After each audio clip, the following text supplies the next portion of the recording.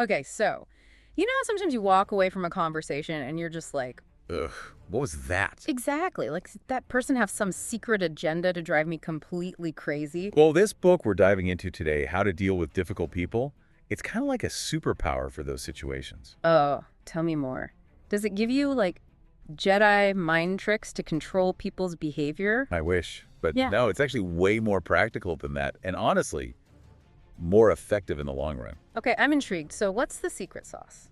It all starts with understanding the why behind those behaviors that drive us bonkers. So, instead of just slapping a label on someone, like, oh, they're just passive aggressive, you're saying there's a deeper reason why they might act that way. Exactly. The book argues that often those difficult behaviors are actually a smokescreen for things like insecurity, past hurts, or even just plain old bad communication skills. Okay, that's interesting. It's like everyone's fighting their own battles that we might not know about. Precisely. And when you start to see those behaviors through that lens, it can completely change how you react in the moment. Instead of getting totally hooked by their drama, you can be like, okay, maybe this isn't even really about me. Exactly. It's like taking a giant step back and remembering that everyone's coming to the table with their own baggage. Okay, that makes sense. So instead of getting swept up in the emotional chaos, we need to play detective a little bit and figure out what's really going on. Exactly. And the book gives you a whole toolkit for doing just that. Okay, I'm ready to open up this toolkit. What's inside? Well, it breaks down those classic difficult behaviors into categories, almost like a field guide to navigating those tricky personalities we all encounter in life. Ooh, like a personality decoder ring. Exactly. So, for example, you've got your passive-aggressive types. Ah, yes. The masters of the backhanded compliment and the silent treatment. Always leaves you wondering where you stand. Right. But instead of just telling you to avoid those people, the book helps you understand that often that behavior is actually rooted in a fear of direct confrontation.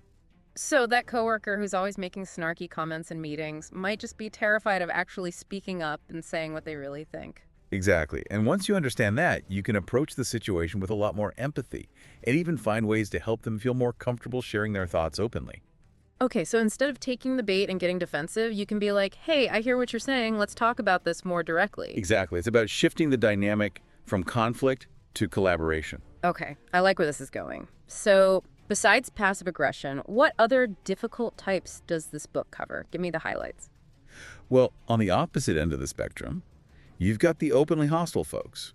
These are the people who approach every conversation like it's a battle they're determined to win. Ugh, those are the worst. It's like they suck all the oxygen out of the room. Right. And it can be so tempting to get sucked into that energy to try to fight fire with fire. Oh, for sure. Yeah. My instinct is to match their intensity, but I'm sensing that's not the right approach. Not according to this book. Yeah.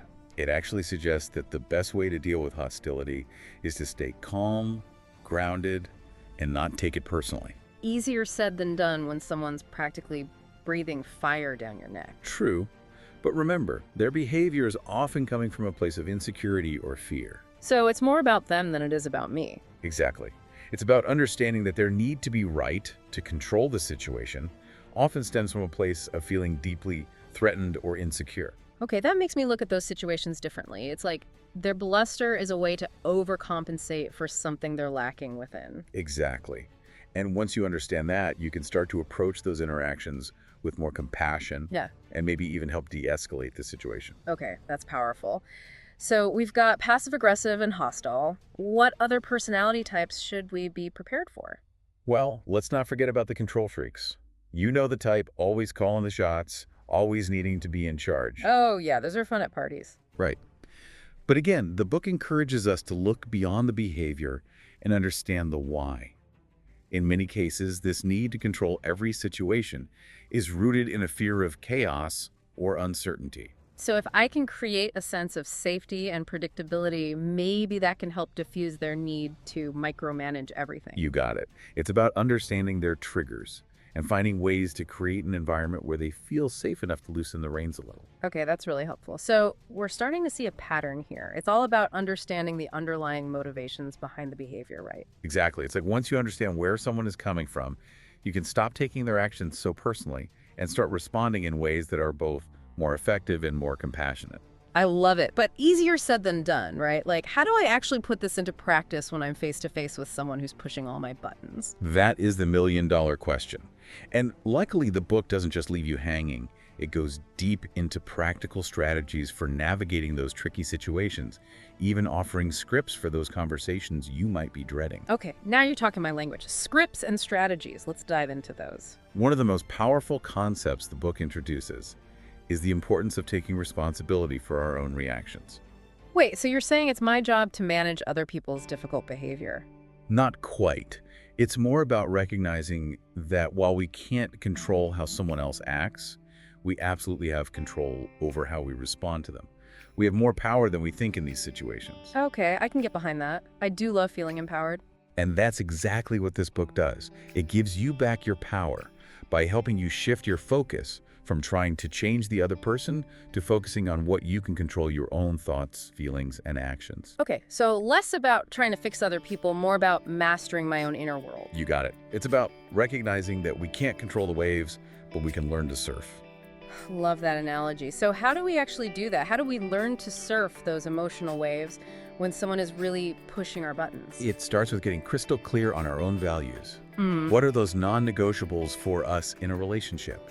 Is it respect, honesty, open communication? Okay, so identifying what truly matters to me. Got it. Right. Once we know what we stand for, it becomes so much easier to identify when someone's behavior is truly crossing a line. Yeah.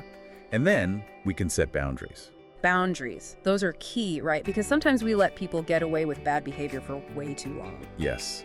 And those unmet needs or unexpressed feelings, they can fester and morph into resentment and anger. Okay, so setting boundaries is critical, but how do we do that effectively? Because I've definitely tried to set boundaries in the past and it blew up in my face. Well, that's where this book is pure gold. It walks you through exactly how to communicate those boundaries in a way that's clear, assertive, and most importantly, respectful. Okay, assertive communication, another buzzword. But seriously, I've always struggled with that. I'm either too passive or I end up coming across as aggressive and then I feel terrible afterward. I hear you. It's a delicate balance. But the way the book explains it, assertive communication is about finding that sweet spot between being a doormat and a bulldozer. Okay, so less about winning or being right, and more about just clearly and respectfully communicating my needs and expectations. You've got it. And what I love is that the book gives you actual scripts and phrases to use in those tricky situations.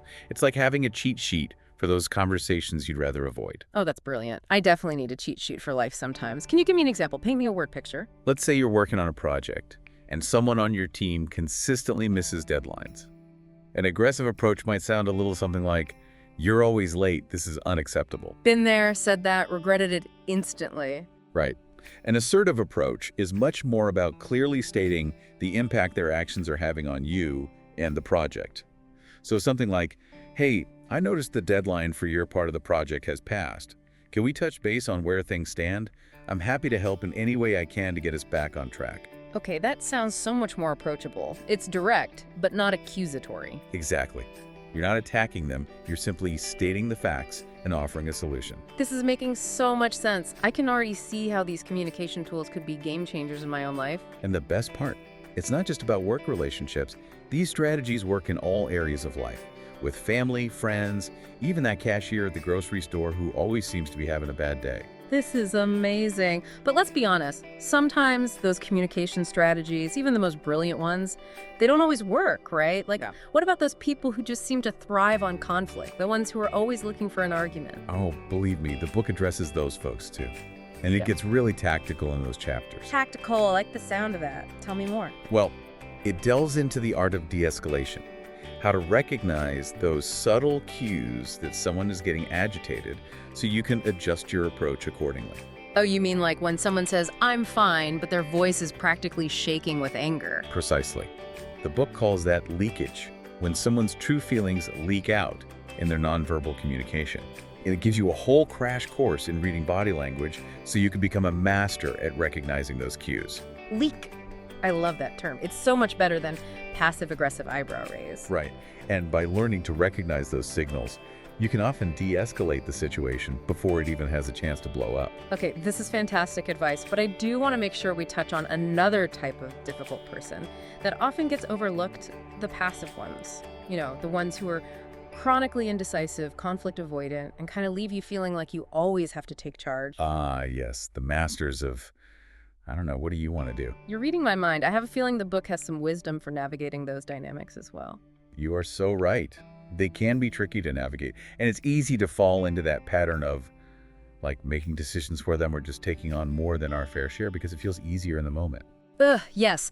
Been there, done that, ended up feeling totally resentful. So what's the solution?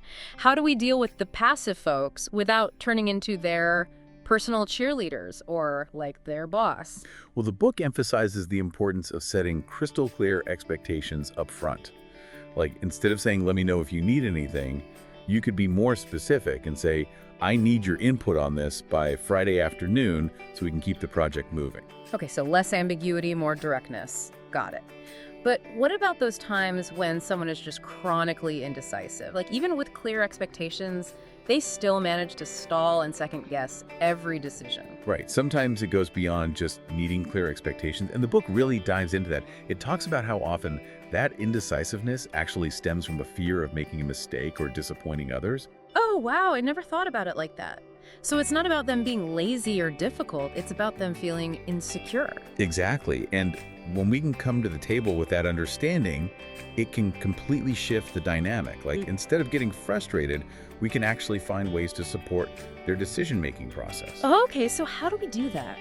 Because I definitely don't want to become someone's therapist, but I also don't want to be the one making all the decisions. The book has got you covered. It suggests things like breaking down big decisions into smaller, more manageable steps, or offering limited choices instead of overwhelming them with too many options. Oh, that's really smart. So it's about creating a structure that makes them feel safer and more confident in their choices. Precisely.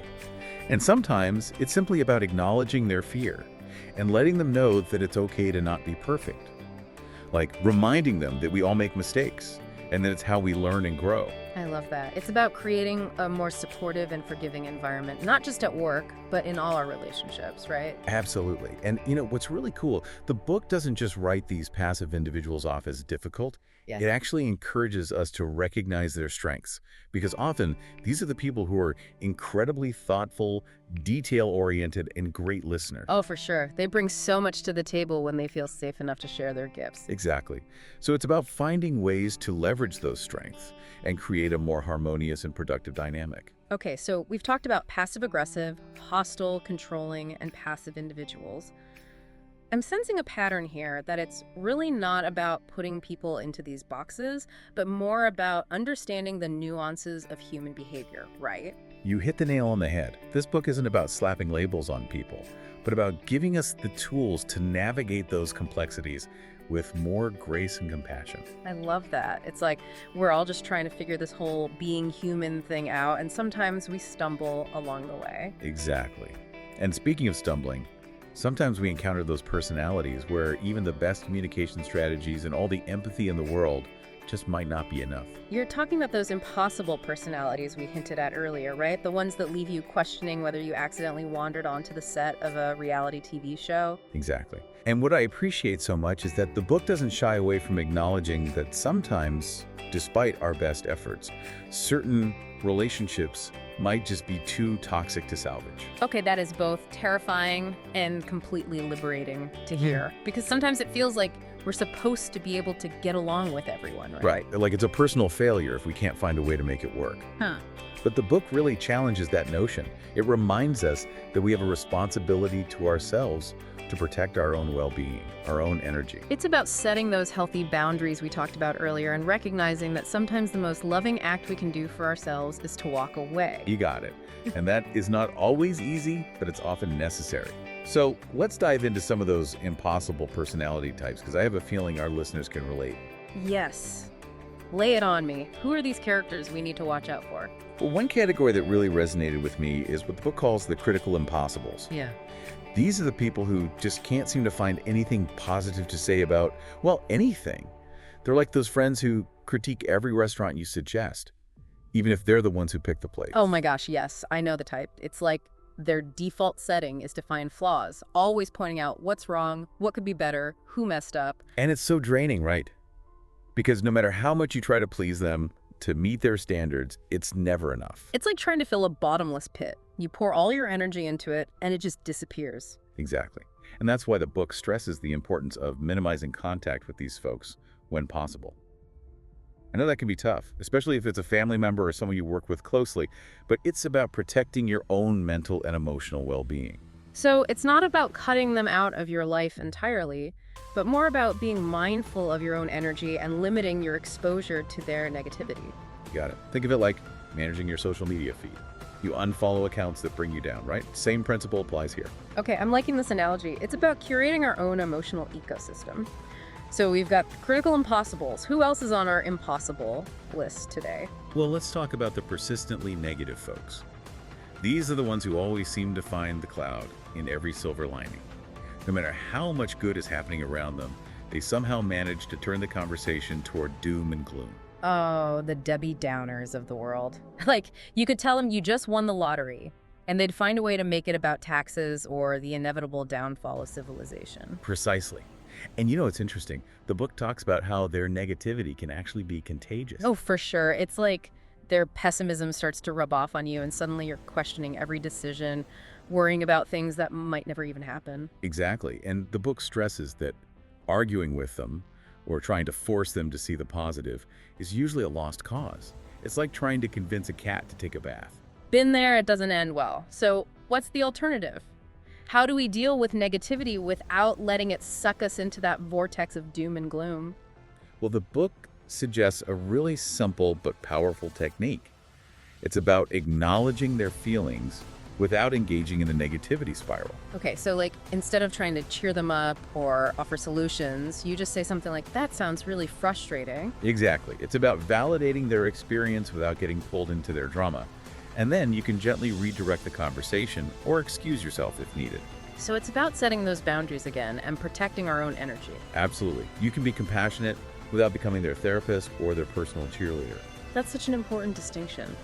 Now, speaking of emotional roller coasters, what about the drama queens and kings of the world? The ones who always seem to be at the center of some crisis. Ah, yes. Always a crisis. And they always need an audience. But the book offers some really helpful advice for navigating those relationships as well. Okay, I'm all ears, because those personalities can be exhausting. Right.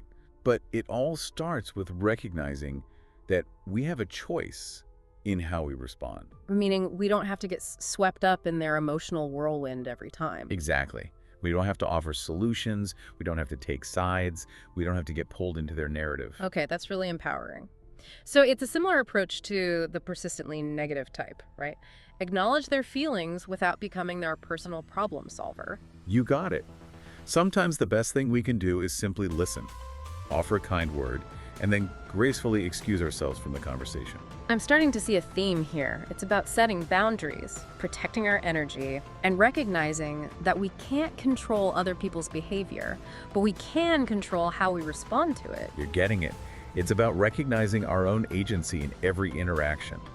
And, sometimes that agency means choosing to walk away from a conversation or even a relationship that is no longer serving us. Powerful. Okay, so we've got the critical impossibles, the persistently negative, and the drama queens so far. Who else is on our impossible list today? Well, let's not forget about those who seem to view the world as revolving around them, the self-centered impossibles. Oh, you mean the ones who have conversation blinders on? They can talk for hours about their own lives but have trouble remembering what you told them 5 minutes ago. You nailed it. And honestly, we all know at least one person like this. And the book talks about how, in many cases, these individuals aren't intentionally being malicious. It's just that they genuinely struggle to see beyond their own experiences. Yeah. They have a limited capacity for empathy. It's like their internal monologue is on a loudspeaker and they haven't quite figured out how to turn down the volume. That's such a great way to put it. And while it can be tempting to try to break through that bubble, to make them see our side of things, the book suggests that sometimes the most compassionate thing we can do is to simply walk away. Okay, but what about those situations where walking away isn't an option? Like if you're at a work function or a family gathering and you can't exactly excuse yourself to go do the dishes. It really depends on the situation. Like if it's a casual encounter, you can always politely excuse yourself. But if you're in a setting where that's not possible, The book suggests setting firm boundaries and sticking to your own agenda. So for example, if a coworker corners you at the coffee machine and launches into a 20-minute monologue about their latest drama, you can politely interject and be like, hey, I am swamped with deadlines right now, but can we catch up later? I'd love to hear more when I have some time. Exactly. You're acknowledging them without getting sucked into their energy vortex. And if they try to reel you back in, you can just politely reiterate your boundary and be like, sorry, gotta run, deadline. Exactly. Yeah. Remember, setting boundaries isn't selfish, it's self-care. Love that. Okay, we're on a roll here. We've covered critical impossibles, persistently negative, drama queens, and self-centered impossibles. Is there anyone else we should add to our watch list? You know, there's one more category that we definitely can't ignore, and that's the bully. Oh, this is such a tough one. And I really appreciate that the book doesn't shy away from addressing this because bullying can have such a lasting impact on people's lives. Absolutely. And, you know, it's important to recognize that bullying isn't always as obvious as we might think. It's not just about physical aggression. It can be verbal, emotional, and it can even take place online. That's such an important point. Like, cyberbullying is so prevalent these days, but really, it's about any behavior that's intended to harm, to intimidate, to control another person. And it often targets those who are perceived as weaker or more vulnerable. And it's that power dynamic that can make it so difficult for someone who's being bullied to speak up or to even recognize what's happening. Right, because it can be so insidious. So how can we recognize the signs of bullying, both in ourselves and in others? Because sometimes it can be hard to distinguish from just, like, everyday conflict or disagreements, right? That's a great question. And the book gives us some really helpful guidelines. One of the key indicators is whether the behavior is a pattern. Is it a one-time occurrence? Or is it something that happens repeatedly? So if someone's constantly putting you down, making you the butt of the joke, dismissing your feelings, those are red flags, right? Big red flags. And another thing to pay attention to is the intent behind the behavior.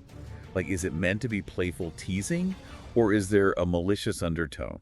And this is where it's so important to trust your gut instinct, right? If something feels off, if it doesn't feel right, it probably isn't. Absolutely. And the book really emphasizes that if you're being bullied, it's crucial to seek support, whether that's from friends, family, a therapist, a trusted colleague, even an online support group.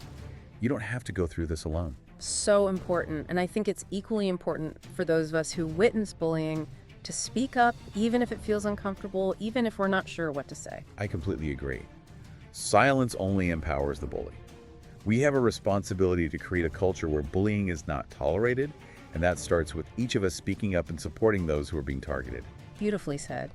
Okay, we've talked a lot about how to deal with other people's difficult and impossible behavior. But at a certain point, don't we also need to turn the lens inward and ask ourselves if we're part of the problem? It's so easy to get caught up in what everyone else is doing wrong, but that doesn't really get us anywhere, does it? Exactly. It's like pointing fingers instead of taking responsibility for our part in things. And this book, it does not let us off the hook. Oh, good. I'm ready to get real with myself. What kind of soul-searching are we talking about here? Well, the book has this whole section on self-reflection, and it's packed with thought-provoking questions. Like, really makes you stop and think. Hit me with one of those questions. Okay, ready? How does this person make me feel? Simple, right? So powerful.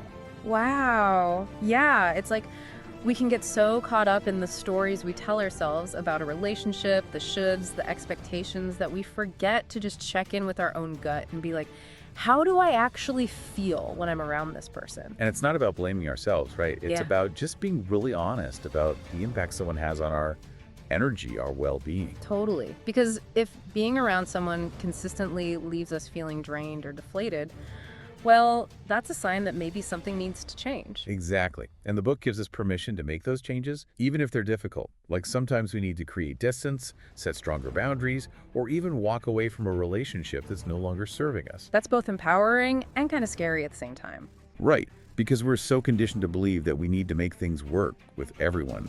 It's a sign of weakness if we can't. But this book, it flips that script completely. I love that, because sometimes the most loving act we can do for ourselves and for the other person is to walk away. So well said. And you know, what I love is that the book doesn't just leave us there in that space of like, okay, now what? It ends on such a hopeful and empowering note. Okay, tell me more, because I'm all about ending on a high note. It's all about shifting our focus from those impossible people to those who truly light us up, who bring joy and positivity into our lives. It's like that saying, you can't choose your family, but you can choose your friends. Exactly. And while we might not always have control over who we have to interact with, especially in workplaces or other settings, we can be so intentional about cultivating those relationships that fuel our souls. It's about surrounding ourselves with those who lift us up, who inspire us to be our best selves. Absolutely. And I think that's such a beautiful message to end on, don't you? It really is. This whole deep dive has been incredible. We've covered so much ground, from decoding those difficult behaviors to learning how to respond in ways that are both effective and compassionate. Feels like we've been given a whole new toolkit for navigating those tricky social situations that inevitably come up in life. Exactly. And with practice and a little self-awareness, we can all become masters at handling even the most challenging personalities. So, as we wrap up here, if you're listening out there, take a moment to consider the people in your life. Who are the energy givers? Who are the energy drainers? Such a great question to ask ourselves. Yeah. Because ultimately, we have the power to choose who we let into our inner circle, who we give our precious energy to. Beautifully said. Remember, you are worthy of relationships that light you up, that inspire you to grow. Don't settle for anything less. Thanks for taking this deep dive with us. Thank you for watching. If you're passionate about learning and want to level up your knowledge, make sure to hit that subscribe button. On our channel, we break down the best books into easy-to-digest summaries that will help you become smarter, think critically, and make better decisions. Don't miss out on your chance to grow and stay ahead.